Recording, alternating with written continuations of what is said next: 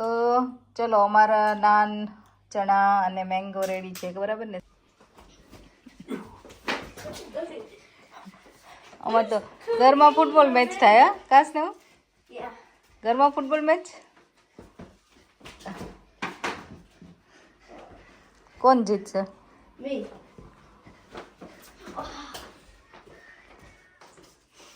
સ્નેહ શું જમવાનું છે આજે? ભજીયા. કેમ ભજીયા આજે? કે વરસાદ આવ્યો છે?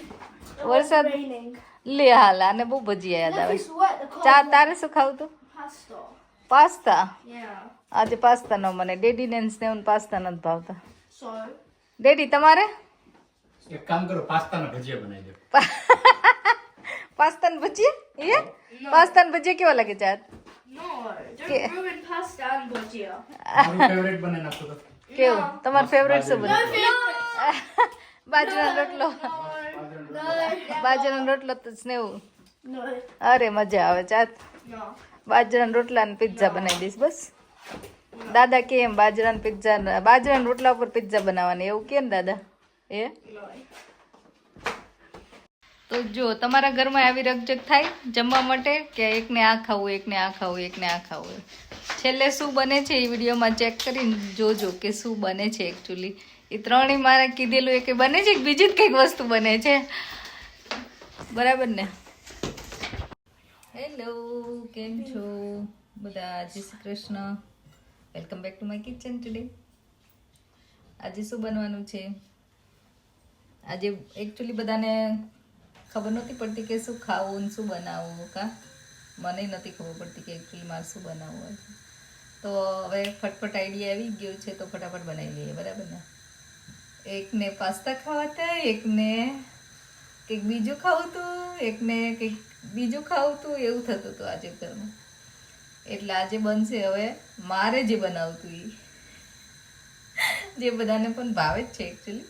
તો આજે બનવાના છે ચણાનું શાક, નાન અને કેરી પડી હતી તો કેરી ખાવાની છે બરાબર ને.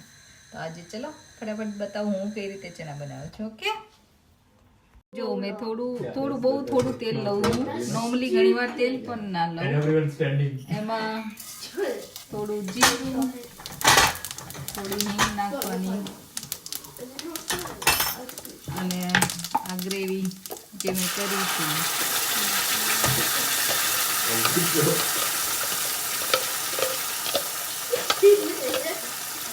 ગ્રેવીમાં મેં છે ને ટમાટો, ઓનિયન, ગાર્લિક બધું મિક્સ જ કરેલું છે ક્રશ. અને આવી રીતે હવે ગ્રેવીને થોડી સાતળવાની છે. થોડી હળદર, ધાણા જીરું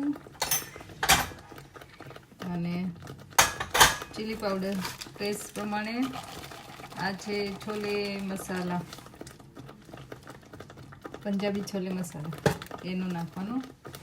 સોલ્ટ ટેસ્ટ પ્રમાણે.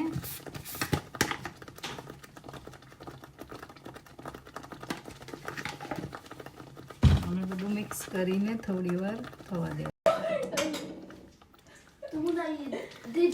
ગ્રેવી બધી મિક્સ થઈ ગઈ છે અને કલર પણ સરસ આવી ગયો છે. તો એમાં હવે બોઇલ ચણા એડ કરી દેવાના.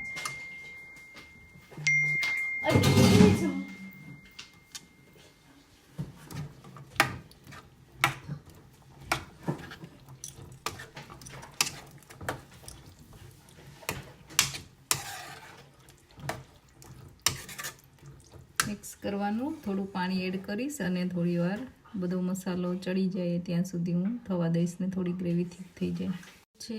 પાણી એડ થઈ ગયું છે. હવે થોડી વાર ઢાંકીને થવા દઈશ. ચણા થઈ જાય ત્યાં સુધી નાન બનાવું છું. તો મેં ઓલ પર્પઝ ફ્લાવર કે આપણે શું કહીએ મેંદાનો લોટ, તમે ગમે તે રોટલીનો લોટ પણ લઈ શકો. થોડું દહીં નાખીશ.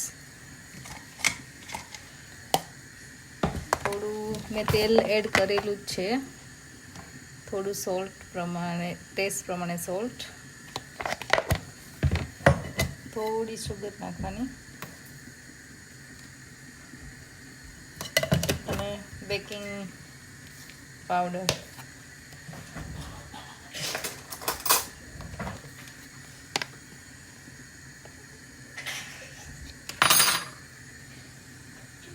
તો આમાં મેં કસૂરી મેથી અને ગાર્લિક એડ કર્યું છે પછી, અને થોડી કોથમીર એડ કરી દઈશ. અને હવે ગરમ પાણીથી હું થોડો ઢીલો એવો લોટ બાંધી દઈશ. જો હવે લોટ રેડી થઈ ગયો છે, અને આને ઢાંકીને 10 થી 15 મિનિટ થોડી વાર આપણે રાખીશું. આફ્ટર 5 મિનિટ્સ આ જો ચણા સરસ રેડી થઈ ગયા છે. હવે હું બંધ જ કરી દઈશ અને આ કોથમીર એડ કરી દઈએ એટલે ચણા ડન. અને હવે આપણે બનાવીશું નાન. 15 મિનિટ પછી લોટ સરસ થઈ ગયો છે. હવે એના સરખા આપણે લુવા બનાવીશું. તો આ રીતે બની ગયા છે લુવા. અને હવે આપણે વણવાનું ચાલુ કરીશું. શેપ તમે ગમે એવો આપી શકો, રાઉન્ડ, ઓવલ કે તમને જે ગમે એ, બરાબર ને. આ શેપ આખીને શેકવાનું છે અને ઉપરથી બટર લગાવવાનું છે. યો છે ને આવી રીતે બધા વણી લેવાના છે, અને પછી બતાવું કઈ રીતે હું શેકું છું, બરાબર. તો ચલો અમારા નાન, ચણા અને મેંગો રેડી છે, બરાબર ને સ્નેહ? સરસ. તમારે જમવાનું છે કે ઉપવાસ કરવો છે આજે? ઉપવાસ કરવો છે કે ઉપવાસમાં કંઈ ન હોય, ઉપવાસમાં ઉપવાસ જ હોય. એ જાત ઉપવાસમાં કંઈ ખાવાનું હોય તો ડેડી કે ઉપવાસમાં શું બનાવ્યું છે? યસ ને, ઉપવાસમાં કંઈ ન હોય ભાઈ. ચલો જમવું હોય એને જમવા આવી જાઓ. Thank you for watching our channel. અને મેસેજ કરજો તમને ગમી હોય રેસીપી, અને તમે કઈ રીતે બનાવો એ પણ મેસેજ કરજો. અને તમે શું ડિફરન્ટ વેરાયટી બનાવો એ પણ મેસેજ કરજો, તો મને પણ આઈડિયા આવે.